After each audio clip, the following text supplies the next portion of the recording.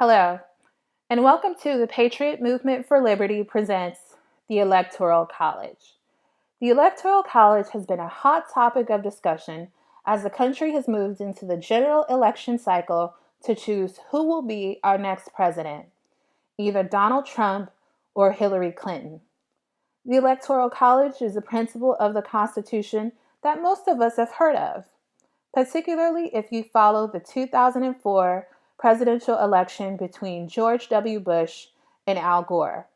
However, most people don't know the structure of the Electoral College, including who it consists of and why it exists. It's the hope of the Patriot Movement for Liberty that we can fill in some of those gaps with tonight's educational lesson and live discussion. It's also the hope of the Patriot Movement for Liberty that this won't be our first or last discussion about fundamental principles of the Constitution. We intend to have many more educational lessons and live discussions so that we, the people, can become more informed on exactly what the Constitution says and how it should apply to our government. Before we jump into talking about the Electoral College, I want to spend a second and explain what the Patriot Movement for Liberty is. The Patriot Movement for Liberty is a group of individuals who are committed to the principles of respect for fundamental rights, limited government, and a textual interpretation of the Constitution. In other words, we are a group of people who believe that the government should confine its actions to specifically what is spelled out in the Constitution. And everything that is not addressed in the Constitution should be left to the states and to we the people. It's our goal to educate others on the Constitution so that we the people can use our collective voices to push for a return to the key principles laid out by our founding fathers. So what is the Electoral College? The Electoral College is the body that elects the President and Vice President of the United States. It consists of 538 presidential electors from the 50 states and Washington, D.C. Each state gets one Electoral College vote for each member of Congress it has. And remember, Congress consists of both the House of Representatives and the Senate. So each state has one electoral vote for each member of the House of Representatives and Senate that it has. DC, who has no congressional representation, gets 3 votes. Here is a map of the country which spells out the Electoral College votes per state. I'm going to give you a second to take a look at this map and find your state so that you can understand how many electoral votes your state has to work with. As you look at this map, you'll notice that states with higher populations have more electoral votes because they have more members of the House of Representatives. So California, Texas, Florida, New York, and other states with high population numbers have more votes than states like Hawaii, Alaska, and Michigan, and so forth. I'm going to give you just another second to find your state and any other state that's of interest to you.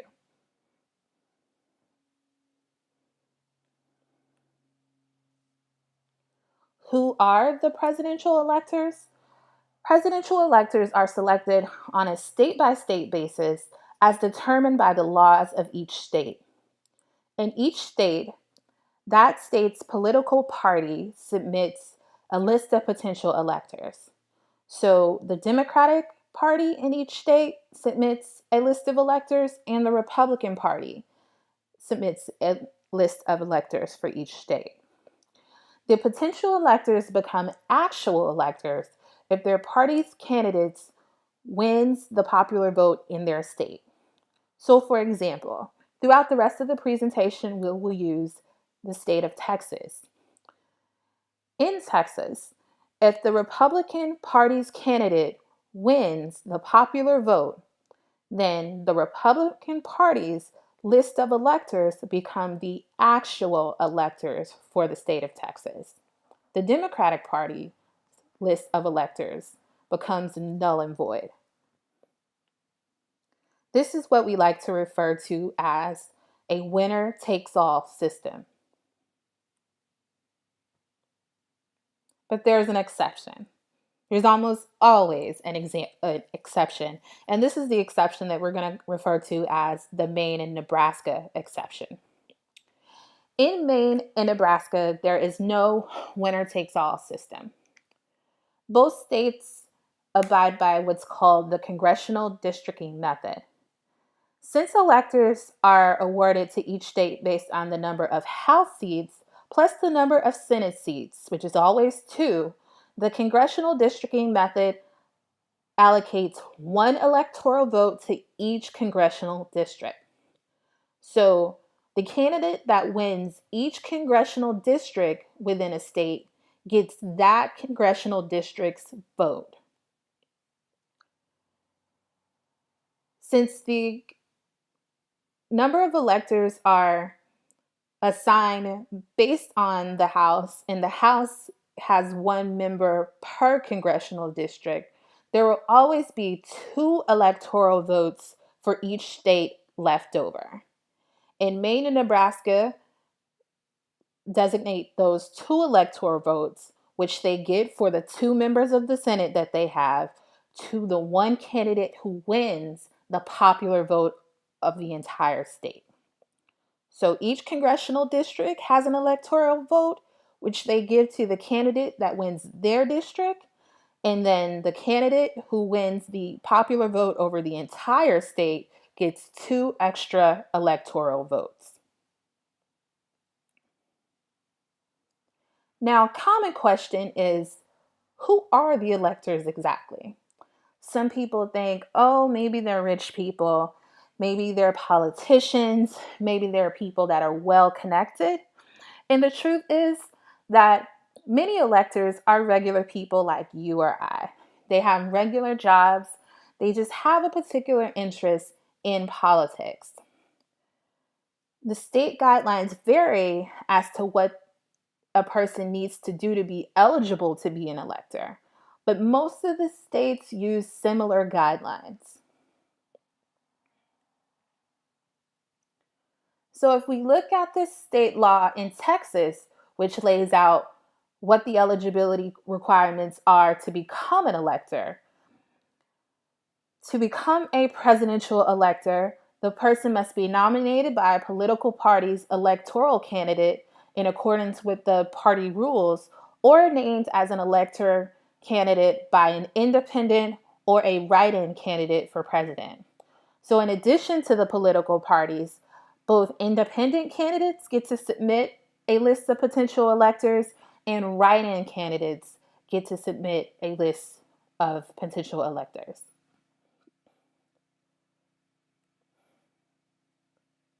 In Texas, as in most states, the presidential electors are actually elected at each party's state convention.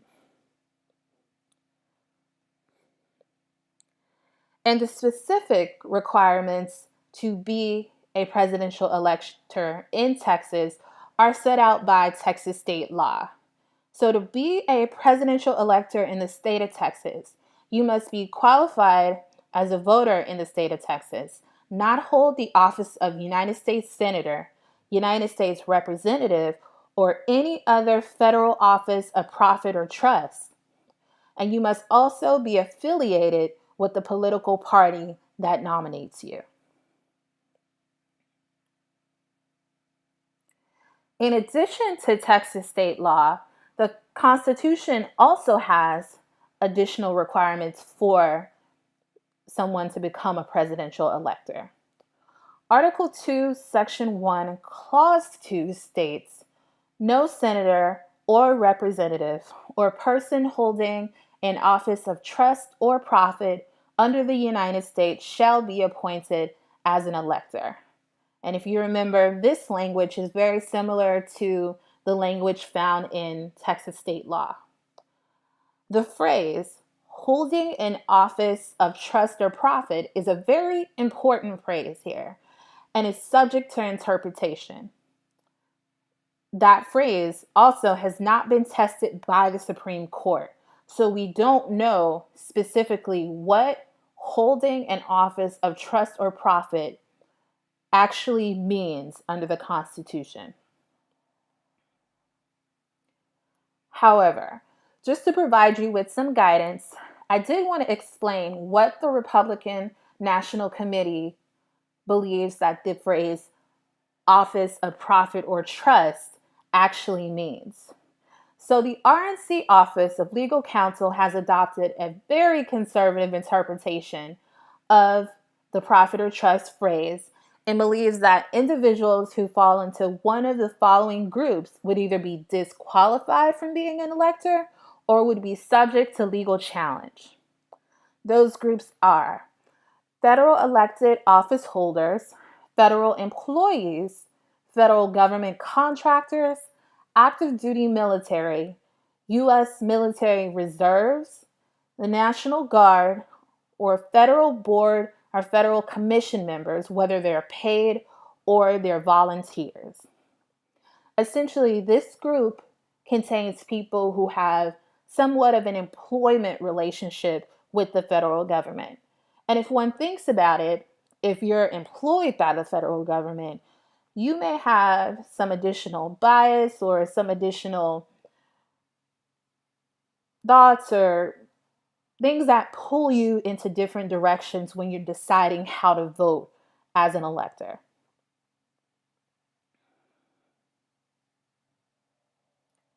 Now, here's an important question. Why do we even have the Electoral College? People often question its existence and wonder, why can't the people just decide on their own who will become the next president? And the answer is the Electoral College was actually a compromise between two different factions of founding fathers. There was a group of founding fathers who believed that the popular vote should elect the next president. But there was also a group of founding fathers who believed that the Congress should elect the next president. Now, the founding fathers had a variety of different intents when forming the Electoral College itself. The first intent was to abide by the principles of federalism by giving the states a voice. Now, if you studied government before, you would understand that federalism means that there is an overarching national government which binds the states together. However, states still have the opportunity to govern most issues on a local level. The Electoral College abides by the principle of federalism because it says the federal government is not going to be responsible for choosing the next president. We're going to give that authority to the states. So the states will be able to select their own electors. They'll be able to decide how those electors vote and what those electors need to do to become electors themselves. Another one of the founding fathers' intent was wrapped up in their direct distrust of the popular vote itself in direct democracy. The reason why they distrusted direct democracy and the popular vote was because they believed that regular citizens were subject to manipulation by fast talkers or by people who had ulterior motives from becoming president and who might not otherwise possess the qualifications needed to be a good president. And their last intent was to require candidates to campaign from state to state rather than focusing solely on high population areas where they could obtain the most votes. So if the president was chosen purely on the popular vote, it would be very easy for candidates to target large cities and urban areas where large numbers of people were located. However, since the Electoral College puts the votes in the hands of the state, candidates can't just target high population areas because there are votes all around the country. So there are votes in rural areas, there are votes in areas that are hard to get to, there are votes in the Western United States, there are votes everywhere. So each candidate has to travel the country, they have to talk to people from all over the country, they have to address a diverse array of issues that affect people from all over the country. So it makes it such that any candidate for president has to listen to everyone and not people who just live in large cities. The Federalist Papers are always a good primary source to look at when one is trying to understand why did the founding fathers take a certain action? Why did they support certain institutions that are found in the Constitution? And what was their actual intent behind supporting those institutions? If you're not familiar with what the Federalist Papers are, the Federalist Papers are a collection of essays that were written by our founding fathers before they went through the process of writing the Constitution. Anyone who is interested in more background about what particular constitutional principles mean should always take a look at the Federalist Papers. Alexander Hamilton, who was one of our most vocal founding fathers, wrote about the Electoral College in the Constitution. I should also note that the Electoral College name was a name that came about after the fact. The college itself was mentioned in the Constitution, but it was not called the Electoral College. So Alexander Hamilton wrote that the Constitution is designed to ensure that the office of president will never fall to the lot of a man who is not in an eminent degree endowed with the requisite qualifications. In other words, Alexander Hamilton said that the Constitution is designed so that no man who doesn't have the qualifications to become president will ever become president. Alexander Hamilton also said that the point of the Electoral College is to preserve the sense of the people while at the same time ensuring that a president is chosen by men most capable of analyzing the qualities adapted to the station and acting under circumstances favorable to deliberation and to a judicious combination of all the reasons and inducements which were proper to govern their choice. Now, that is a very dense paragraph and can be very confusing. But essentially, what Alexander Hamilton is saying is the Electoral College exists so that the people don't go crazy. It exists so that there's a group of people who have the ability to analyze each of the candidates and their qualities and decide who is qualified to be the next president. It's a backstop, if you will, so that we can make sure that the people that are making that choice are capable of making a good choice.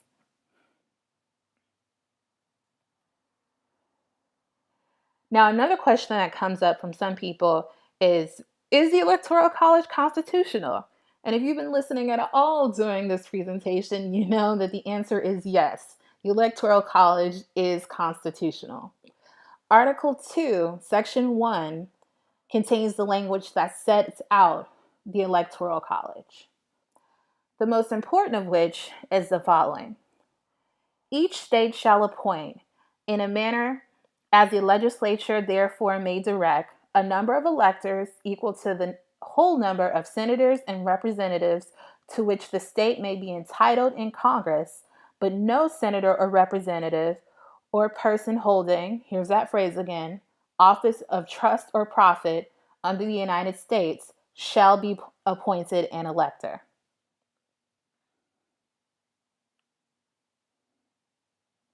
Now we're headed into the nitty-gritty. Who decides which way the electors vote?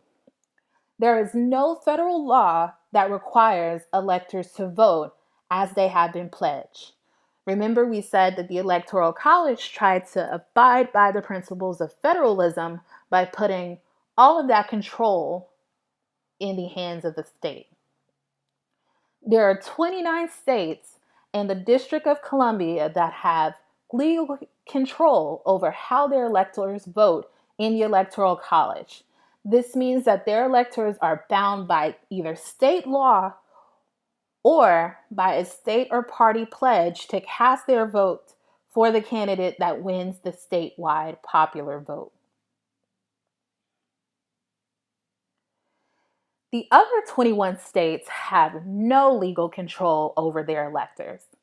Despite the outcome of the state's popular vote, the state's electors are ultimately free to vote in whatever manner they please, including an abstention with no legal repercussions.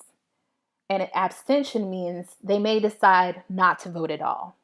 So in 21 of the states, the electors can vote in whichever manner they choose.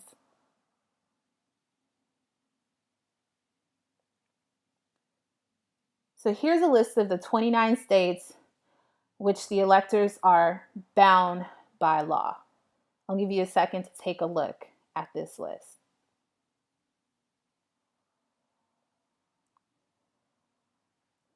As you look at this list, you may notice that both Maine and Nebraska, from our earlier Maine and Nebraska exception, are both on this list. And those two states abide by the congressional districting method. So when each of the electors that are assigned to the congressional districts vote, they are legally bound to vote for the candidate who won their congressional district's popular vote. So they're legally bound to abide by the vote of their congressional district, except for those two electors that come from the two members of the Senate. Remember, those two electors are bound to vote with the statewide popular vote.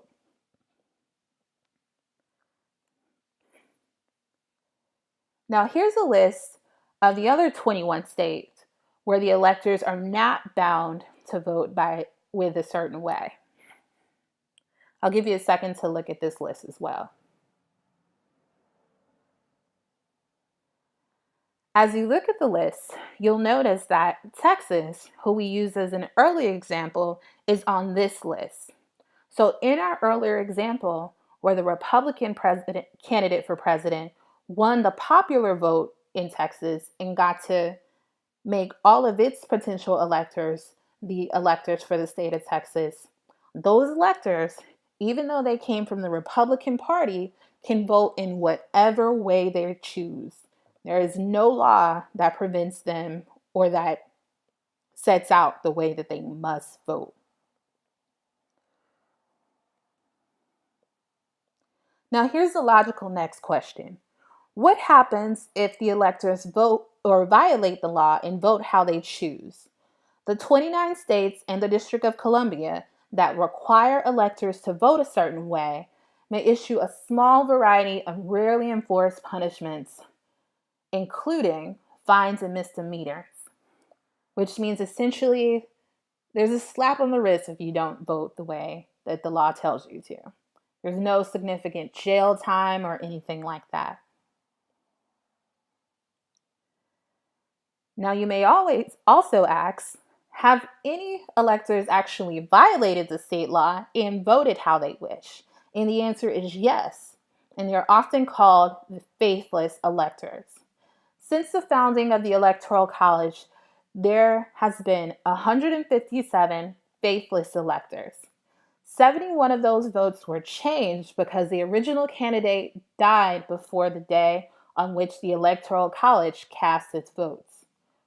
3 of those votes were not cast at all because those 3 electors chose to abstain from casting any vote in the Electoral College.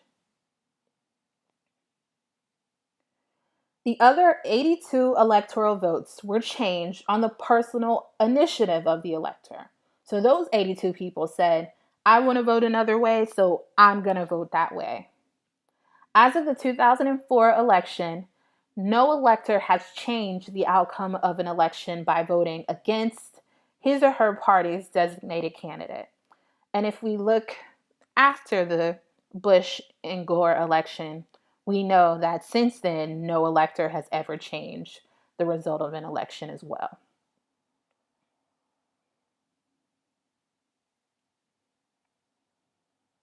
Now, is it illegal to require electors to vote a certain way?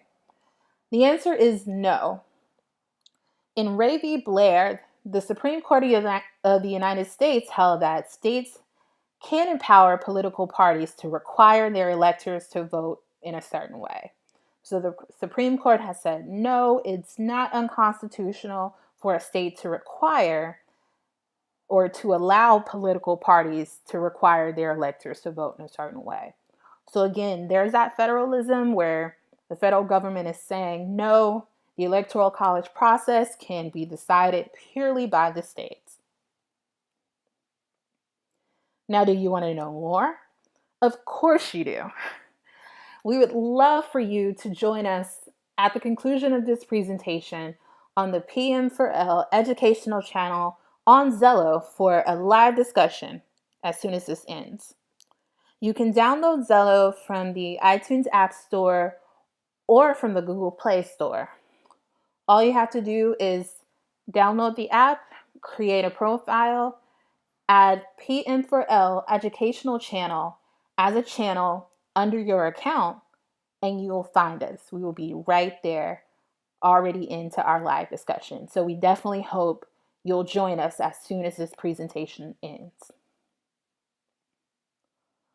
Also, if you would like to follow the Patriot Movement for Liberty to receive notifications about our next educational choice or course, you should definitely follow us on social media.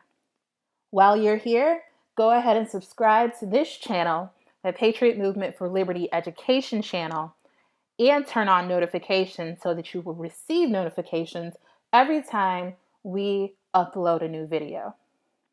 Also, if you use Facebook, you should definitely go ahead and like the Patriot Movement for Liberty Facebook page, as well as our Patriot Movement for Liberty education page, where we'll post various articles of interest, and we'll also post every time we have a new educational discussion. So the Patriot Movement for Liberty is so excited that you decided to join us for this educational presentation. We hope you enjoyed it. We hope you learned quite a bit about the Electoral College. And remember, we invite you to join us on Zello at the PM4L educational channel to further discuss with us more about the Electoral College and the election itself. So we hope to see you then. We hope to see you at our next educational discussion, and have a good night.